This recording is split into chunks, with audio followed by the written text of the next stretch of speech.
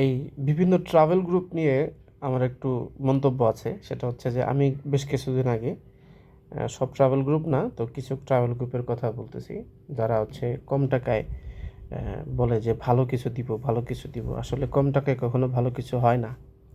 এর কারণ হচ্ছে যে আমরা ৯ জনের একটা গ্রুপ টাঙ্গুয়ার হাওরে গেলাম, পার পারসন ১৫০০ টাকা। তো আমরা সাভার থেকে ঢাকা গেলাম সায়দাবাদ আমাদের খরচে, আসলামও আমাদের খরচে। ওখানে সায়দাবাদ থেকে তাদের কুমিল্লার এক তিশা বাস, যেটা কিনা টোটালি ভাঙাচোরা, ঠিকমতো গ্লাস লাগে না, সিট সয় না, মানে সব থেকে বেশি কষ্ট কিন্তু ভাই জার্নিতে, বাসে। আসলে বাস যদি ভালো না হয় এটা আসলে অনেক বড় একটা ইস্যু। তো বাসে ভালো লাগে নাই। সো তার পরবর্তীতে সকালে তাদের মেইনটেনেন্স এবং ডিসিপ্লিন কোনোটাই ঠিক ছিল না। তারপর ওইখান থেকে বোট নিয়ে যে বোট দিছে, মানে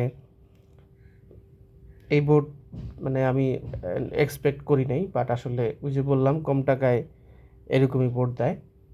তো লাস্টে গেলাম, 5.5 ঘন্টা জার্নি করে গেলাম। তো গেলাম, আসলাম।